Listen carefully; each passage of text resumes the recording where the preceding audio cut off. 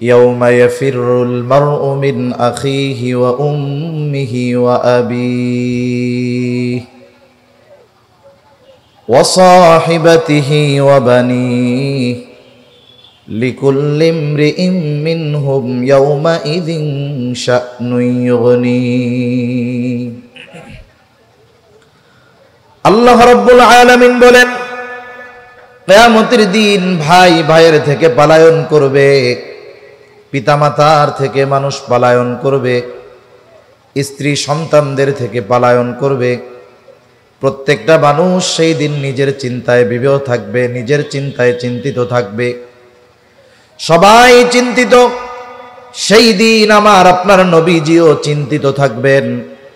সব মানুষ চিন্তিত থাকবে নিজের জন্য, আর আমার আপনার নবীজি চিন্তিত থাকবেন উম্মতের নাজাতের জন্য। নবীজি নিজের চিন্তায় চিন্তিত থাকবেন না, নবীর চিন্তা আমার উম্মতের কি হবে। দুনিয়াতেও যেমন নবীর উম্মতের চিন্তায় চিন্তিত, আখিরাতের ময়দানে নবীজিও উম্মতের চিন্তায় চিন্তিত থাকবেন।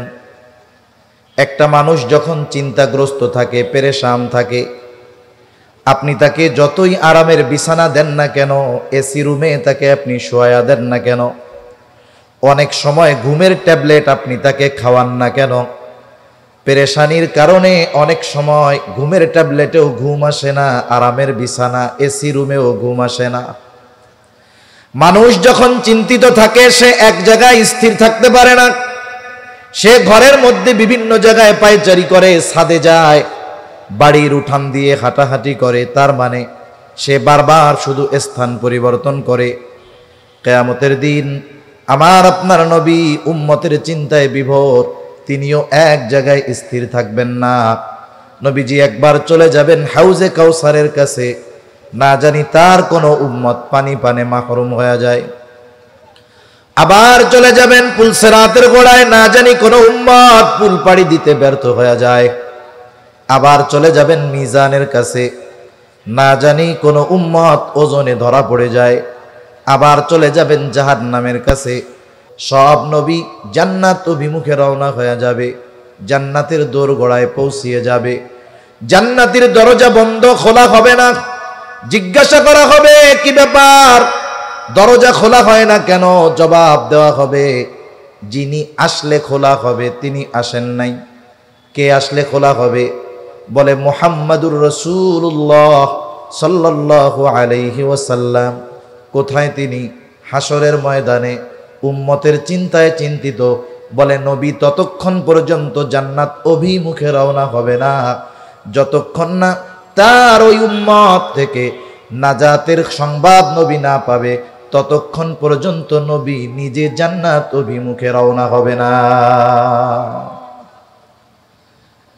তাহলে নবীজির উম্মতের প্রতি দরদ মায়া কত বেশি, কত বেশি। এই দুনিয়াতেও নবীজি উম্মতের চিন্তায় চিন্তিত। আব্দুল্লাহ ইবনে আমর ইবনুল আস রাদিয়াল্লাহু তাআলা আনহু বলেন, আন্নান নাবিয়্য সাল্লাল্লাহু আলাইহি ওয়াসাল্লাম তাআলা মা কাওলাল্লাহি আযজা ওয়া জাল্লা ফি ইব্রাহিম আলাইহিস সালাম। সাহাবায়ে কেরাম নবীজির সাথে নবীজি সাল্লাল্লাহু আলাইহি ওয়াসাল্লাম কোরআনুল কারীম থেকে তিলাওয়াত করলেন। বলে কি তিলাওয়াত করলেন? যা আল্লাহ তাআলা ইব্রাহিম আলাইহিস সালামের ব্যাপারে নাজিল করেছে। কি নাজিল করেছে? বলে ইব্রাহিম আলাইহিস সালাম তার উম্মতের জন্য ক্ষমা চায়া দোয়া করে। আল্লাহ তাআলা সেই দোয়ার খবর জানিয়ে দেন। ইব্রাহিম আলাইহিস সালাম দোয়া করতেছে, রব্বি ইন্নাহুন্না আদলালনা কাসীরাম মিনান নাস ফামান তাবিআনি ফাইন্নাহু মিন্নি ওয়া মান আসানি ফাইন্নাকা গফুরুর রহিম। ইব্রাহিম আলাইহিস সালাম বলে, রব, এই প্রতিমাগুলো, এই মূর্তিগুলো অধিকাংশ মানুষকে পথচ্যুত করে ফেলেছে, পথভ্রষ্ট করে ফেলেছে। ফামান তাবিআনি ফাইন্নাহু মিন্নি, তবে এদের মধ্য থেকে যারা আমার আনুগত্য করেছে, মূর্তি পূজা বাদ দিয়ে ঈমান এনেছে, ফাইন্নাহু মিন্নি, সে তো আমার দলভুক্ত। যে মূর্তি পূজা বাদ দিয়ে আমার আনুগত্য করেছে সে তো আমার দলভুক্ত। ওয়ামান আসানি ফাইন্নাকা গফুরুর রহিম। আর যে আমার আনুগত্য করে নাই, যদিও মূর্তি পূজা ছাড়ে নাই, যদিও আমার আনুগত্য করে নাই, এরপরেও তো সে আমার উম্মত। কেমন যেন ইব্রাহিম আলাইহিস সালাম আল্লাহ তাআলার কাছে ওই উম্মতদের ব্যাপারেও ক্ষমা চায় বলেন, আপনি তো গফুর, আপনি তো রহিম, আপনি চাইলে তো আমার এই উম্মতগুলাকেও মাফ করে দিতে পারেন। মূলত গুনাহগার উম্মতের জন্য ক্ষমা প্রার্থনা করে ইব্রাহিম আলাইহিস সালাম আল্লাহ তাআলার কাছে দোয়া করেছেন। ওয়াকালা ঈসা আলাইহিস সালাম ইন তুআযিবহুম ফাইন্নাহুম ইবাদুক। ঈসা আলাইহিস সালাম তার উম্মতের জন্য দোয়া করে বলে, ইন তুআযিবহুম ফাইন্নাহুম ইবাদুক, আপনি যদি তাদেরকে আযাব দেন, আপনি যদি তাদেরকে শাস্তি দেন, তারা তো আপনারই বান্দা। ওয়া ইন তাগফির লাহুম ফাইন্নাকা আনতাল আজিজুল হাকীম, আর আপনি যদি তাদেরকে মাফ করে দেন, আরে আপনি তো আজিজ, আপনি তো হাকিম, আপনি মহাপরাক্রমশালী, মহাপ্রজ্ঞাময়। তার মানে ঈসা আলাইহিস সালাম আল্লাহ তাআলাকে বলে, আল্লাহ আপনি আমার গুনাহগার উম্মত, তারা তো আপনারও বান্দা, আপনি যেহেতু আজিজ, আপনি যেহেতু হাকিম, আপনি আমার এই গুনাহগার উম্মতগুলোকে মাফ করে দেন। দুই নবী তার গুনাহগার উম্মতের ব্যাপারে ক্ষমা চেয়ে আল্লাহ তাআলার কাছে দোয়া করছে। নবীজি যদিও সব সময় উম্মতের চিন্তায় চিন্তিত, তবে কিছু কিছু সময় আছে, যেমন একটা মানুষের বাপ মারা গেছে, বাবা দুনিয়ায় নাই, এই লোকটার অন্তরে সব সময় বাবা হারানোর বেদনা আছে না নাই? যখন এই ধরনের ঘটনা তার সামনে আসে যে আরেকজন তার বাবা হারানোর গল্প তাকে শোনাচ্ছে, তখন বলেন তো, এমনি তো বাবা হারানোর বেদনা আছে, আরেকজনের বাবা হারানোর গল্প যখন সে শোনে, অন্যান্য সময়ের চাইতে বাবার কথা বেশি মনে পড়ে না কম মনে পড়ে? স্বাভাবিক বেশি মনে পড়বে। দুই নবীর উম্মতের ব্যাপারে এই দোয়া যখন নবীজি তিলাওয়াত করলেন, নবীজির অন্তরে গুনাহগার উম্মতের চিন্তা, গুনাহগার উম্মতের মায়া, তাদের প্রতি ভালোবাসা, দরদ উতলায়া উঠছে। এইবার নবী কি করলেন? বলে ফারাফা ইয়াদাইহি ওয়া ক্বালা আল্লাহুম্মা উম্মতি উম্মতি ওয়া বাকা। নবীজি সাল্লাল্লাহু আলাইহি ওয়াসাল্লাম দুই হাত উঁচু করে কান্না করে, অঝোর ধারায় চোখ দিয়ে পানি পড়তেছে, আর বলে, আল্লাহ আমার উম্মত, আমার উম্মত, আর কিছুই বলেন না। কিন্তু আসলে কি বলতে চান আল্লাহ তাআলা জানেন।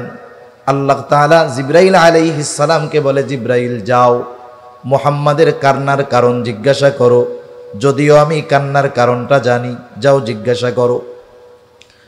জিবরাইল আলাইহিস সালাতু ওয়াস সালাম চলে আসছে আমার আপনার নবীজির কাছে, এসে বলে, আপনি কান্না করেন কেন?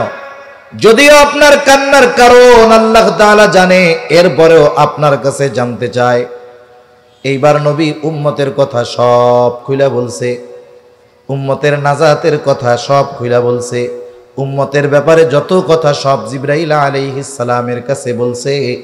জিবরাইল আলাইহিস সালাম আল্লাহ তাআলার কাছে গিয়ে বললেন, আল্লাহ তাআলা বলে, যাও জিবরাইল, মুহাম্মদ আমার হাবিবকে জানায় দাও, আমি তাকে তার উম্মতের ব্যাপারে অসন্তুষ্ট করব না, বরং অচিরেই আমি তার উম্মতের ব্যাপারে তাকে সন্তুষ্ট করব। দুনিয়ায় থাকতে উম্মতের ব্যাপারে আল্লাহ তাআলার পক্ষ থেকে রাজি খুশির খবর নবী নিয়ে আসছেন। পবিত্র কোরআনুল কারীমের সূরাতুদ দুহা, এই সূরার মধ্যে আল্লাহ তাআলা আমার আপনার নবীজিকে কিছু সুসংবাদ দিয়েছেন। এর মধ্যে একটা সুসংবাদ, ওয়ালা সাউফা ইউতিকা রাব্বুকা ফাতারদা, আপনার রব আপনাকে অচিরেই এমন কিছু দিবেন যে আপনি খুশি হয়ে যাবেন। এই হাদিসটা এই আয়াতের তাফসিরে আসছে। তা বলতেছে আপনার রব অচিরেই আপনাকে এত কিছু দিবেন যে আপনি খুশি হয়ে যাবেন। এর জবাবে নবীজি কি বলেন? নবী বলেন, আমি ততক্ষণ পর্যন্ত খুশি হব না যতক্ষণ আমার সব উম্মতকে আল্লাহ মাফ না করবে। সুবহানাল্লাহ। সব উম্মতকে যদি মাফ করে তাইলেই আমি খুশি হব, নইলে এই পর্যন্ত আমি খুশি হব না যতক্ষণ না সব উম্মতকে আল্লাহ মাফ না করবে।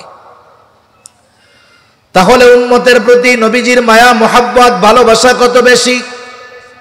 উম্মতের ব্যাপারে নবীজির ফিকির কেমন ছিল, চিন্তা কেমন ছিল, হোক সে কাফের হোক সে মুমিন। যখন নবীজি প্রাথমিক দিকে দাওয়াত দেওয়া শুরু করলেন প্রকাশ্যভাবে, যেই মানুষগুলোর ভিতরে নবীজি দাওয়াত দিয়েছেন, হঠাৎ করে নতুন করে গিয়েই নবী ওয়াজ শুরু করেন নাই। যেমন আমি আপনাদের এইখানে আসছি, আমি অনেককে চিনি না, অনেকে আমারে চিনে না।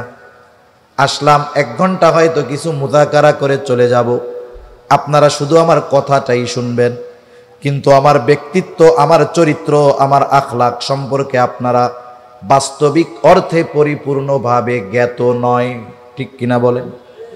কারণ একটা মানুষকে এক মুহূর্তের মধ্যে চেনা যায় না।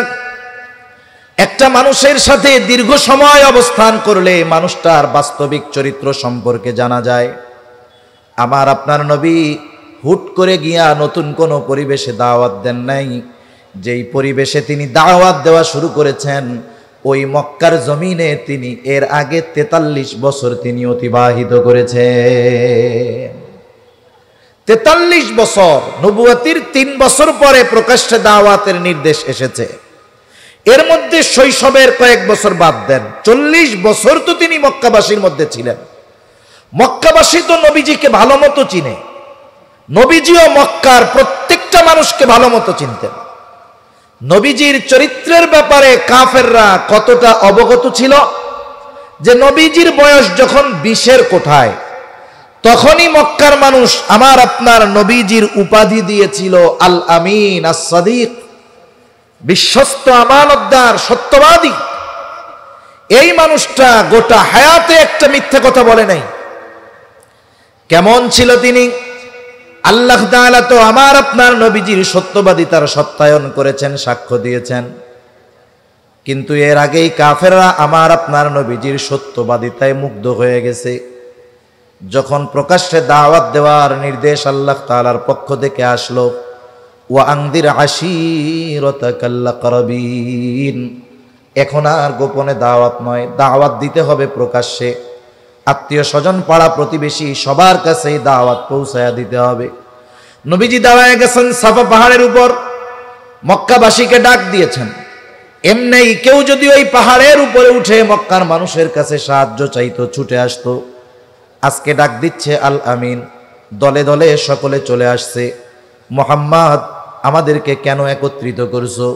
নবীজি এইবার তাদেরকে প্রশ্ন করলেন, আমি যদি তোমাদেরকে এই সংবাদ দেই, এই পাহাড়ের পেছন দিকে পাদদেশে একদল অশ্বারোহী সৈন্য তোমাদের উপরে আক্রমণ করার জন্য প্রস্তুতি গ্রহণ করতেছে, আকুনতুম মুসাদ্দিকিয়া, তোমরা কি আমার এই কথা বিশ্বাস করবা নাকি? নবীজি জিজ্ঞাসা করার সাথে সাথে উপস্থিত সকলে সমস্বরে জবাব দিয়ে বলে, কেন নয়, অবশ্যই বিশ্বাস করব, কারণ ইতিপূর্বে আমরা তোমাকে সব সময় সত্যবাদী পেয়েছি। ইতিপূর্বে তুমি আমাদের সাথে গোটা হায়াতে মিথ্যা কথা বলো নাই, আর আজকে মিথ্যা কথা বলবা? এইরকম একজন সত্যবাদী, যার চরিত্রের ব্যাপারে কাফেররা সম্পূর্ণভাবে অবগত, এইরকম একজন মহামানব তাদেরকে দাওয়াত দিতে গেছে। কি করছে? এই দাওয়াত তারা গ্রহণ করে নাই, যার ব্যাপারে তারা সব কথা বিশ্বাস করে। কিন্তু যখন নবী বললেন, আমি তোমাদের কাছে আল্লাহর পক্ষ থেকে প্রেরিত রাসূল, আল্লাহ তাআলা আমাকে নবী বানিয়ে পাঠিয়েছেন, আল্লাহ এক, তার সাথে শিরিক কইরো না, তারই ইবাদত করো, তাহলে কি হবে? বলে আখিরাতে নাজাত পাবা, জান্নাতে চলে যাবা, জীবনটা সফল হয়ে যাবে। এই যে তাদের কল্যাণের কথা যখন নবীজি বললেন, এইবার ওই মানুষগুলো তার দুশ্মন হয়ে গেল। যেই মানুষগুলো বলেছিল তুমি আস-সাদিক, তুমি আল আমিন, সেই মানুষগুলোই তার বিরুদ্ধাচরণ শুরু করে দিল। একটা বিষয় হলো, আমি আপনি যদি অপরিচিত কোনো মানুষের কাছ থেকে কোনো খারাপ ব্যবহার পাই, মনে করেন এক জায়গায় গেছি, মানুষ সেও আমাকে চিনে না, আমিও তাকে চিনি না, অথবা আপনিও তাকে চিনেন না, সেও আপনাকে চিনে না, অপরিচিত, হঠাৎ দেখা হয়েছে। এই সময় ওই ব্যক্তি যদি আমার বা আপনার সাথে, অপরিচিত ওই ব্যক্তি খারাপ আচরণ করে, এই কষ্টটা হবে সাময়িক, একটু পরেই দেখবেন ওর খারাপ আচরণের কারণে মনে আর কষ্ট থাকবে না। কিন্তু ওই ব্যক্তির খারাপ আচরণটা যদি আপনার আমার কোনো বন্ধু করে, বলেন তো কষ্ট বেশি লাগবে কি লাগবে না? ওই খারাপ আচরণটা যদি কোনো সন্তান তার বাবার সাথে করে, তাইলে কষ্ট আরো বেশি লাগবে কি লাগবে না? তার মানে যারা পরিচিত, আত্মীয় স্বজন, এদের দ্বারা যদি কোনো আঘাত আসে, এরা যদি আমাকে আপনাকে বাস্তবিক কথাগুলো অবিশ্বাস করে, তাহলে আমার আপনার কষ্ট বেশি লাগবে, এটা স্বাভাবিক ব্যাপার। তখন কি হবে? হায় রে, আমি এদের সাথে চলি, ওরা আমার চরিত্রের ব্যাপারে জানে, আমি মিথ্যা কথা বলি না, অথচ তাদের উপকারার্থে, তাদের কল্যাণার্থে কত গুরুত্বপূর্ণ বিষয় তাদের বললাম, ওরা আমার কথা মানলো না। একটা ডিপ্রেশন, একটা চিন্তা হয়তো আমার আপনার মধ্যে আসবে, এবং ওই চিন্তা হয়তো আমার আপনার অসুস্থতার কারণও হয়ে যেতে পারে। নবীজি যখন কাফেরদের মধ্যে দাওয়াত দিচ্ছেন, আত্মীয় স্বজন, কিন্তু তারা কেউ নবীজির এই কথাগুলো মেনে নেয় না, বরং নবীজির উপরে তাদের পাল্টা প্রতিক্রিয়া। নবীজি কি করলেন? নবীজির টেনশনে খাওয়া বন্ধ হয়ে গেল, নবীজি অসুস্থ হয়ে গেলেন। হয়তো দুইটা কারণ হতে পারে। এক নাম্বার কারণ, হয়তো তিনি চিন্তা করতেছিলেন যে আমাকে দেওয়া দায়িত্ব আমি যথাযথভাবে পালন করতে পারতেছি কিনা। দ্বিতীয় বিষয় হলো যে এদেরকে আমি এমন সত্য কথা বলতেছি, এরা আমার যত আপনজন হোক না কেন, প্রিয়জন হোক না কেন, এরা যদি ঈমান না আনে, আমার কথাগুলো মেনে না নেয়, তাহলে অনন্তকাল তাদের জাহান্নামে অবস্থান করা লাগবে। অনেক সময় মানুষ আপনজন প্রিয়জনের কষ্টের কথা চিন্তা করে নিজেও কষ্ট পায়। রাসূলুল্লাহ সাল্লাল্লাহু আলাইহি ওয়াসাল্লাম টেনশনে খাওয়া দাওয়া বন্ধ হয়ে গেছে, অসুস্থ হয়ে গেছেন, আর আল্লাহ রাব্বুল আলামিন আমার আপনার নবীকে বলতেছেন, লাআল্লাকা বাখিউন নাফসাকা আল্লা ইয়াকুনু মুমিনিন। এরা ঈমান না আনার কারণে আপনি নিজেকে নিজে মৃত্যু মুখে ঠেলে দিচ্ছেন কেন? আপনার দায়িত্ব তো এটা না। আপনি এই কথাগুলো তাদের কাছে পৌঁছিয়ে দিবেন। তারা যদি কথা গ্রহণ করে তারা কামিয়াব, আর যদি তারা কথা গ্রহণ না করে এই ব্যর্থতা তাদের। আপনি আপনার দায়িত্ব পালন করেন। আপনাকে যেই দায়িত্ব দেওয়া হয়েছে, আপনি আপনার কথাগুলো তাদের কাছে পৌঁছিয়ে দেন। এটা যদি আপনি করেন, আপনার দায়িত্ব শেষ। তাহলে চিন্তার বিষয় যেটা, বুঝবার জন্য যেটা বলেছি, যে উম্মত দ্বীনের কথা না মানার কারণে, ঈমান না আনার কারণে নবীজি নিজে চিন্তিত হতেন, এত চিন্তিত হতেন যে অসুস্থ হয়ে গেছেন। অসুস্থতার মাত্রা এত বেশি, আল্লাহ তাআলা বলতেছে আপনি তো সম্ভবত নিজেকে মৃত্যু মুখে ঠেলা দিবেন, এরা ঈমান না আনার কারণে। এই মানুষগুলোর ক্ষতি হবে। নবীজির কষ্ট লাগে কেন? বলে তাদের প্রতি মায়া আছে এই জন্য। ঠিক কিনা বলেন? যদি ভালোবাসা মায়া না থাকতো, চিন্তা করতো যা ওদের যা হবে হোক, তাতে আমার কি।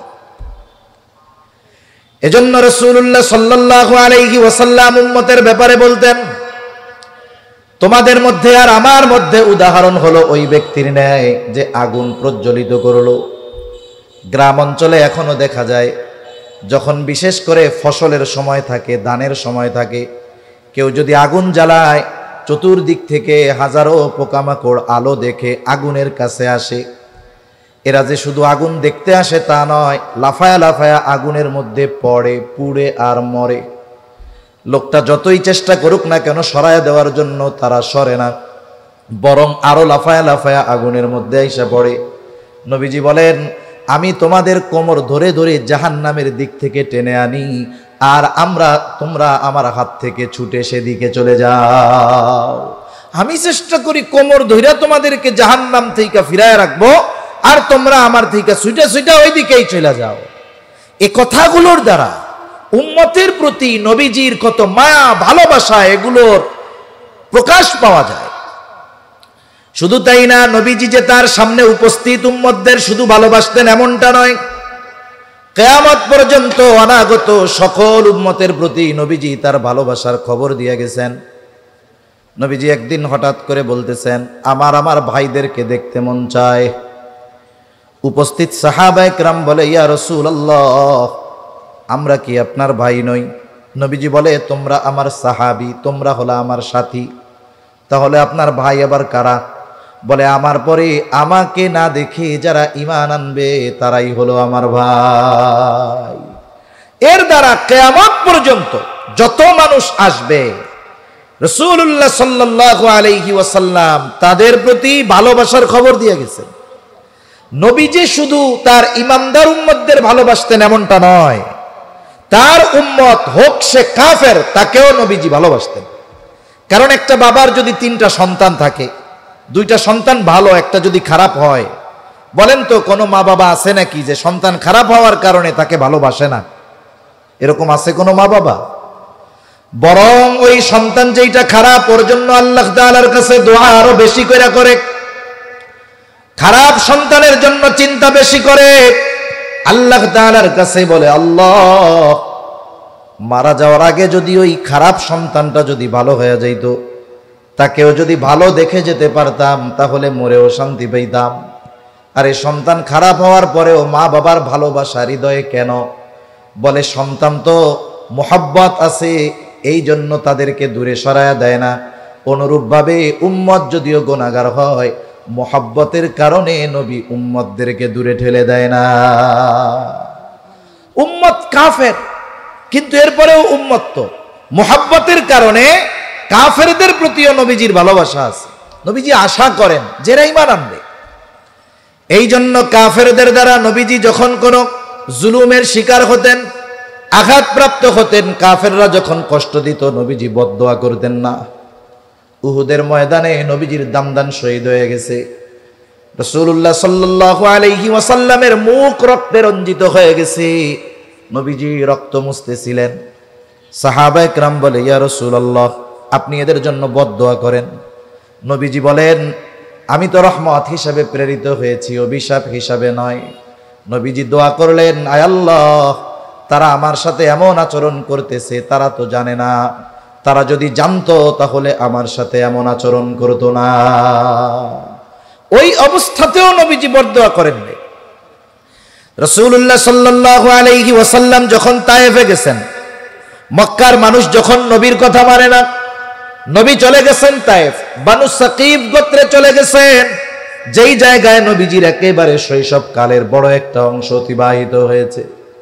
ওইখানেও মক্কার কাফেররা নবীজির পেছনে দুষ্ট মানুষদেরকে লেলিয়ে দিল। নবীজিকে পাগল পাগল বলে তারা পাথর মারে। পাথরগুলো ধারালো চোখা ছিল বিধায় পাথরের আঘাতে নবীজির গায়ে ক্ষত হয়ে গেছে, রক্ত বের হওয়া শুরু হয়ে গেছে। রক্তে রঞ্জিত আমার আপনার নবী বারবার পড়ে যাইতেন, আবার উঠতেন। হযরত যায়েদ রাদিয়াল্লাহু তাআলা আনহু নবীজির সাথে একা ঠেকায় পারেন না। সারাদিন নবীজি দাওয়াত দিয়েছেন, রক্ত এত পরিমাণ বের হয়েছে যে গায়ের গোটা পোশাক ভিজে গেছে। পোশাক ভিজে, গা বেবে, পা বেবে, রক্ত পড়ে, জুতার মধ্যে রক্ত ঢুকছে। ওই রক্ত শুকায় গেছে, শুকায়া জুতা পায়ের সাথে আটকে গিয়েছে। অনেক সময় আমরা ব্লাড ডোনেট করি, অনেক সময় রক্ত দান করি মানুষকে। এরকমও দেখছি 100 গ্রাম 150 গ্রাম রক্ত দেহ থেকে নেওয়া হয়। অনেক মানুষ আধা ঘন্টা উঠতে পারে না, অনেকে দাঁড়িয়েছে আবার মাথা চক্কর দিয়ে পড়ে গেছে রক্ত শূন্যতায়। অথচ কত জুলুম, কত অত্যাচার, যে গোটা দেহের পোশাক ভিজে গেছে, এরপরে রক্ত বেয়ে বেয়ে পড়ে জুতার মধ্যে ঢুকছে। ওই রক্ত শুকিয়ে জুতা পায়ের সাথে আটকে গিয়েছে। নবীজি সাল্লাল্লাহু আলাইহি ওয়াসাল্লাম সারাদিন দাওয়াতি কাজ করবার পর পড়ন্ত বিকালে এক আঙ্গুর বাগানের পাশে একটু নবীজি বিশ্রাম নিচ্ছেন। জিবরাইল আলাইহিস সালাম চলে আসছে, এসে বলে, ইয়া রাসূলুল্লাহ, এই কওম আপনার সাথে কেমন আচরণ করেছে আপনার মালিক সব দেখছে। আজকে আমার সাথে নতুন একজন ফেরেশতাকে আল্লাহ তাআলা পাঠিয়েছেন। নবীজি বলেন, এইবার ওই ফেরেশতা আমার সামনে আসলো, সালাম দিল। সালাম দিয়া বলে, ইয়া রাসূলুল্লাহ, এই কওম আপনার সাথে কেমন আচরণ করেছে আপনার মালিক সব জানে। আমি পাহাড়ের দায়িত্বে নিয়োজিত ফেরেশতা, আল্লাহ তাআলা আপনার নির্দেশ পালনার্থে আমাকে পাঠিয়েছেন। আপনি যদি আমাকে নির্দেশ দেন, যারা আপনার সাথে এমন আচরণ করেছে, 2টা পাহাড় দিয়ে আমি এদেরকে পিষে দিব, একেবারে নিশ্চিহ্ন হয়ে যাবে, এদের কোনো অস্তিত্বই থাকবে না। কিন্তু নবীজি তো প্রতিশোধ পরায়ণ ছিলেন না।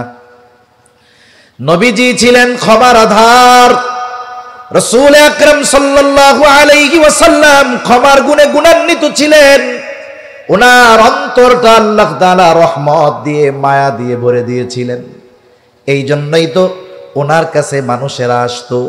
নবীর কাছে যারা আসতো, নবীর এই নরম আচরণের কারণে আল্লাহ তাআলা কোরআনুল কারীমের মধ্যে বলেন, ফাবিমা রাহমাতিম মিনাল্লাহি লিনতা লাহুম ওয়ালাউ কুনতা ফাযযান গালিযাল কলবি লানফাদ্দু মিন হাওলিক ফা'ফু আনহুম ওয়াস্তাগফির লাহুম ওয়াশাওিরহুম ফিল আমর। আল্লাহ রাব্বুল আলামিন বলেন, ফাবিমা রাহমাতিম মিনাল্লাহি লিনতা লাহুম, আল্লাহ তাআলার আপনার প্রতি বিশেষ রহমত যে তিনি আপনাকে নরম তবিয়তের করেছেন, দিলটাকে নরম বানায় দিয়েছেন, রহমত দিয়ে ভরে দিয়েছেন। ওয়ালাউ কুনতা ফাযযান গালিযাল কলবি লানফাদ্দু মিন হাওলিক, আপনি যদি কঠোর স্বভাবের হতেন, আপনি যদি রূঢ় হৃদয়ের হতেন, আপনি যদি কঠোর রুক্ষভাষী হতেন, এরা আপনার আশেপাশে কেউ আসতো না। এরা তো আপনার এই তবিয়তের কারণে, আপনার মায়া মোহাব্বত ভালোবাসার কারণে আসে। একটু যদি এদের দ্বারা উল্টাপাল্টা হয়ে যায়, আপনি তাদেরকে ক্ষমা তো করবেনই করবেন, সাথে সাথে এদের জন্য আল্লাহ তাআলার কাছেও ক্ষমা চাইবে। এমন নরম দিলওয়ালা নবী। ফেরেশতা বলে আদেশ দেন, 2 পাহাড় দিয়া এদেরকে শেষ করে দেই। নবীজি একটু আরাম করতেছিলেন, যেহেতু ক্লান্ত, এবার উনি উঠা বসছে। নবীজি ফেরেশতার কথার জবাবে বলতেছে, কেমন যেন বলে যে তুমি তো বলতেছো যে আমাকে আদেশ দেন 2 পাহাড় দিয়ে এদেরকে নিশ্চিহ্ন করে দেই, পিষে দেই, কিন্তু এদের ব্যাপারে আমি কি আশা করি? নবীজি বলেন, বাল আরজু আন ইয়াখরুজাল্লাহু মিন আসলাবিহিম মান ইয়াবুদুল্লাহা ওয়াহদাহু ওয়া লা ইউশরিকু বিহি শাইআ। তুমি তো বলতেছো আদেশ দেন 2 পাহাড় দিয়া পিষা শেষ করে দেই, আর আমি তো এই লোকগুলার ব্যাপারে আল্লাহ তাআলার কাছে আশা করতেছি যে আল্লাহ তাআলা হয়তোবা এদের মধ্য থেকে এমন এক কওম বের করবে, এমন এক প্রজন্ম বের করবে, এমন এক জেনারেশন বের করবে যারা এক আল্লাহর ইবাদত করবে, তার সাথে কারো শরীক করবে না। সুবহানাল্লাহ। গায়ের রক্ত শুকায় নাই, যাদের দ্বারা আঘাতপ্রাপ্ত হয়েছে তাদের ব্যাপারে সামান্য শাস্তির কথাও নবীজি বলেন নাই। এর দ্বারা বোঝা যায় তার উম্মত, হোক সে কাফের হোক সে মুমিন, প্রত্যেক উম্মতের প্রতি নবীজির কত মায়া, কত মহব্বত, কত ভালোবাসা। একের পর এক বলতে গেলে লম্বা কথা বলা যাবে, তবে কিছু কিছু সময় আছে 1000 জনের চাইতে 1 জনের কথার মূল্য বেশি, ঠিক কিনা বলেন? নবীজি যে আমাদের ভালোবাসে, দুনিয়ার সব কিছু একদিকে রাখেন, নবীজি যে আমাদের ভালোবাসে, এই ভালোবাসার কথা আমাদের জানিয়ে দিয়েছেন আল্লাহ। নবী যে আমাদের ভালোবাসেন এই খবর দিয়েছেন কে? জোরে বলেন না, কে? আল্লাহ তাআলা দিয়েছেন। আল্লাহ তাআলা কি বলেন? আল্লাহ রাব্বুল আলামিন বলেন, লাকাদ জাআকুম রাসূলুম মিন আনফুসিকুম আজিজুন আলাইহি মা আনিতুম হারিসুন আলাইকুম বিল মুমিনিনা রাউফুর রহিম। আল্লাহ তাআলা বলেন, লাকাদ জাআকুম রাসূলুম মিন আনফুসিকুম, তোমাদের মধ্য থেকে তোমাদের জন্য এমন একজন রাসূল এসেছেন, এমন একজন রাসূলের আগমন হয়েছে। কেমন সেই রাসূল?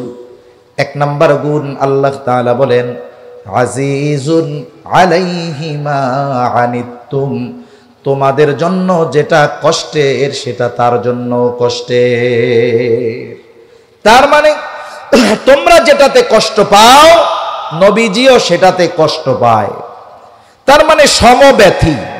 তোমরাও যেটাতে কষ্ট পাও নবীজিও সেটাতে কষ্ট পায়। বিসমিল্লাহ। আলহামদুলিল্লাহ। এখন কথা হলো, একজনের কষ্টে আর একজন কষ্ট পায় কেন? এটা কিভাবে সম্ভব? একজনের ব্যথা আর একজন অনুভব করে কেমনে? কিভাবে সম্ভব? বলে সম্ভব যদি সম্পর্কটা মোহাব্বতের হয়, ভালোবাসার হয়। ঠিক কিনা বলেন? মোহাব্বতের সম্পর্কের কারণে অনেক সময় আর একজনের কষ্টে মানুষ কষ্ট পায়, আর একজনের ব্যথায় মানুষ ব্যথিত হয়।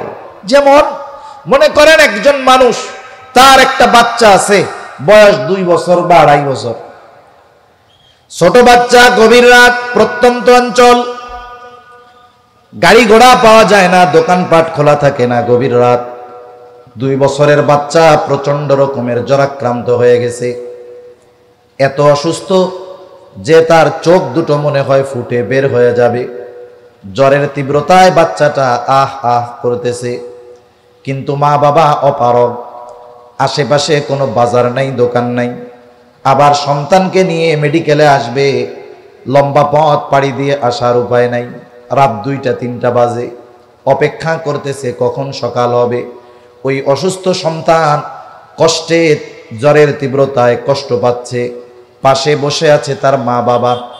বলেন তো, ওই অসুস্থ ছোট বাচ্চাটা অসুস্থতার কারণে যত কষ্ট পায়, তার চাইতে পাশে বসে থাকা মা বাবা কষ্ট কম পায় নাকি বেশি পায়? কি বলেন তো? যারা বিয়ে করে নাই, বাচ্চা হয় নাই, তারা তো এটা বুঝবে না। যে বিবাহ করেছে, যার বাচ্চা আছে, তাকে জিজ্ঞাসা করবেন, এই মুহূর্তে তার মন চাইবে যে অসুস্থ আমি হয়ে যাই, কিন্তু আমার সন্তানটা সুস্থ হয়ে যায়। সম্রাট জহিরুদ্দিন বাবর এই উপমহাদেশে, যার মাধ্যমে মোগল সাম্রাজ্যের গোড়পত্তন ঘটেছিল। আসলে আমরা মোগল সম্রাটদের ইতিহাস পড়ি, আমরা ইতিহাস পড়ি কাদের? ইসলামের ইতিহাস পড়ি আমরা। তবে লিখেছে কারা এই ইতিহাস? বলে এই ইতিহাস লেখছে হলো অমুসলিম যারা, তারা। আমি একটা উদাহরণ মাঝে মধ্যে দিতাম, যে মাঝে মধ্যে বলি, মনে করেন একজন কট্টর বিএনপি, আওয়ামী বিদ্বেষী, ওকে বলা হয়েছে তুমি শেখ মুজিবুর রহমানের জীবনীটা লেখবা। আর অপর পক্ষের একজন আওয়ামী লীগ, কট্টর বিএনপি বিদ্বেষী, ওরে দেওয়া হয়েছে তুমি জিয়াউর রহমানের জীবনীটা লেখবা। এরা দুইজন যদি এই দুই ব্যক্তির জীবনী লেখে, কি পাবেন কিন্তু? অবস্থা খারাপ হয়ে যাবে না? তাইলে ইতিহাস হলো মুসলমানদের, লেখছে অমুসলিমেরা। তাহলে বোঝা গেল এই ইতিহাসের মধ্যে বাস্তব ইতিহাস নাই। ইতিহাসের রন্ধ্রে রন্ধ্রে তারা ইসলাম বিদ্বেষিতা ঢুকিয়ে দিয়েছে। সামান্য একটা বিষয় যদি সামনে আনি, তাহলে বুঝতে সহজ হবে। আমাদের দেশে ইসলামের ইতিহাস অনেক বইয়ে, অথবা উপমহাদেশে ইসলামের ইতিহাস, এইরকম শিরোনামের বইয়ে মোগল, যে উম্মতের যেই বিষয়টা উম্মতের জন্য কষ্টের, এটা নবীর জন্য কষ্টের। তিনি সমব্যথী, উম্মতের প্রতি মুহাব্বত, মায়া, ভালোবাসার কারণেই তিনি কষ্ট পান। এরপরে আল্লাহ তাআলা বলেন হারিসুন আলাইকুম, তিনি তোমাদের জন্য কল্যাণকামী। নবীজি উম্মতের ব্যাপারে সব অবস্থায় কল্যাণকামী। তিনি উম্মতের জন্য কখনো কঠোরতা চান না। যেই বিষয়টা উম্মতের জন্য কল্যাণকর, নবীজি সেটাই করেন। যেমন হাদিসের মধ্যে আসছে, নবীজি বলেন আল্লাহ তাআলা প্রত্যেকটা নবীকে তার উম্মতের ব্যাপারে বিশেষ একটা দোয়া করার সুযোগ দিয়েছে, এবং এই দোয়াটা কবুলের প্রতিশ্রুতিও আল্লাহ তাআলা দিয়েছেন। নবীজি বলেন সব নবী সেই দোয়া তার উম্মতের ব্যাপারে দুনিয়ায় করে ফেলছে। নবীজি বলেন আমি ওই দোয়াটাকে সংরক্ষণ করে রেখেছি, দুনিয়াতে করি নাই। কিয়ামতের দিন ওই দোয়াটা আমি আমার উম্মতের জন্য সুপারিশ হিসাবে করব। এই দুইটা বিষয় সব উম্মতের জন্য আম। এটা তবে মুমিনদের প্রতি ভালোবাসা নবীজির আলাদা, স্পেশাল ভালোবাসা মুমিনদের প্রতি। আর আল্লাহ তাআলাও নবীকে উম্মতের জন্য বিশেষ অনুগ্রহ হিসাবে ঘোষণা করেছেন, যেই উম্মতগুলো ঈমানদার। আল্লাহ তাআলা কোরআনুল কারীমের মধ্যে বলেন লাকাদ মান্নাল্লাহু আলাল মুমিনিনা ইয বাআসা ফীহিম রাসূলাম মিন আনফুসিহিম। আল্লাহ তাআলা বলেন লাকাদ মান্নাল্লাহু আলাল মুমিনিন, মুমিনদের উপর আল্লাহ তাআলার বিশেষ অনুগ্রহ। কি বিশেষ অনুগ্রহ? বলে ইদ বাআসা ফীহিম রাসূলাম মিন আনফুসিহিম, যে তিনি তাদের মধ্য থেকে তাদের জন্য একজন রাসূল পাঠিয়েছেন। এই জন্য এই নবী হলো মুমিন উম্মতদের জন্য আল্লাহ তাআলার পক্ষ থেকে বিশেষ অনুগ্রহ। এই জন্য মুমিন উম্মতদের প্রতি নবীজির মহব্বত ভালোবাসাও স্পেশাল। আপনি আমি আমার আপনার সব আত্মীয় স্বজন যারা আছে, তাদের যারা ছোট বাচ্চা আছে, সবাই আমরা ভালোবাসি, কিন্তু যতই ভালোবাসি অন্যদের, নিজের সন্তানের চাইতে বেশি নয়। নবীজি সব উম্মতকে ভালোবাসে, তবে তার ইমানদার উম্মতের চাইতে বেশি নয়। যেমন আপনার নিজের সন্তানের প্রতি ভালোবাসা বেশি স্পেশাল, অনুরূপভাবে নবীজির মুমিন উম্মতের প্রতি ভালোবাসা স্পেশাল এবং বেশি। এই জন্য আল্লাহ তাআলাও সেই স্পেশাল ভালোবাসার কথা বলেন। আল্লাহ তাআলা বলেন বিল মুমিনিনা রাউফুর রহিম। যেই নবী তোমাদের কাছে এসেছে, তোমাদের মধ্য থেকে তার মুমিন উম্মতদের প্রতি তার ভালোবাসা কেমন, আল্লাহ তাআলা এই ভালোবাসার গভীরতা বোঝানোর জন্য, ভালোবাসা কত বেশি বোঝানোর জন্য এমন দুইটা শব্দ আমার আপনার নবীর শানে ব্যবহার করেছেন, যেই দুইটা শব্দ কোনো সৃষ্টির ব্যাপারে ব্যবহার করার অনুমতি নাই। একটা হলো রউফ, একটা হলো রহিম। রউফুর রহিম এটা আল্লাহ তাআলার দুইটা গুণবাচক নাম। দুনিয়ার কোনো মানুষ রউফুর রহিম হতে পারে না, কোনো পীর রউফুর রহিম হতে পারে না। যদি কেউ বলে আমার পীর এইটা, তাহলে আমি বলবো তুমিও বেঈমান, পীরও বেঈমান। ঠিক কিনা বলেন? এটা কেউ হতে পারে না। রউফুর রহিম হলেন আল্লাহ। সেই রউফুর রহিম আল্লাহ, অতি সদয় পরম দয়ালু আল্লাহ। উম্মতের ব্যাপারে নবীজির কত মায়া, কত দয়া, কত মুহাব্বত, কত ভালোবাসা, এটা বোঝাতে গিয়ে কি শব্দ ব্যবহার করেন। আল্লাহ তাআলা বলেন এই নবী তার মুমিন উম্মতদের ব্যাপারে হলেন অতি সদয় পরম দয়ালু। স্বয়ং আল্লাহ তাআলা আমার আপনার নবীকে তার মুমিন উম্মতদের ব্যাপারে বলতেছে সে তার মুমিন উম্মতদের জন্য রউফুর রহিম। তাহলে রউফুর রহিম হলেন আল্লাহ, আর আল্লাহ বলেন নবী আপনি আপনার মুমিন উম্মতদের জন্য রউফুর রহিম। সুবহানাল্লাহ বলেন না? তাহলে সেই নবীর আমাদের প্রতি কত মায়া, কত মহব্বত, কত ভালোবাসা। আশা করি এই কথার পরে বুঝতে আর আপনাদের বাকি থাকবে না। নাকি কেউ বুঝতেছেন না যে নবী কতটুকু ভালোবাসে? বুঝতে পারছেন তো?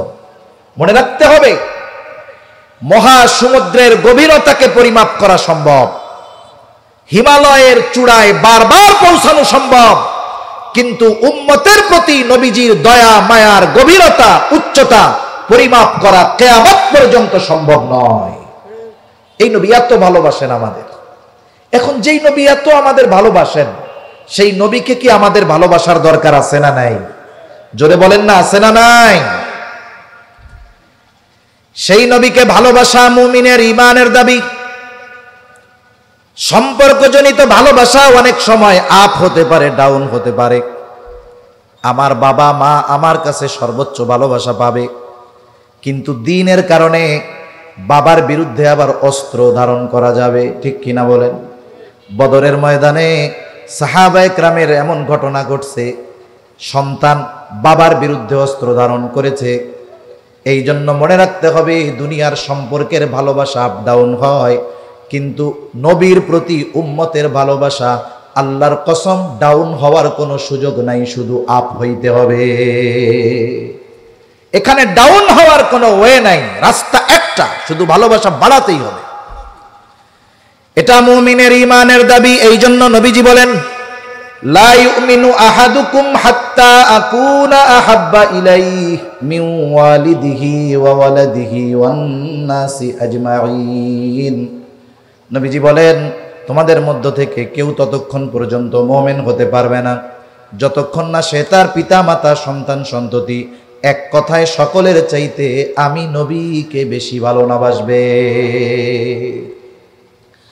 আমরা সবাই নবীকে ভালোবাসতে চাই, আমরা চাই তো? নবীকে ভালোবাসতে চাই। এখন নবীকে ভালোবাসবো কেমনে?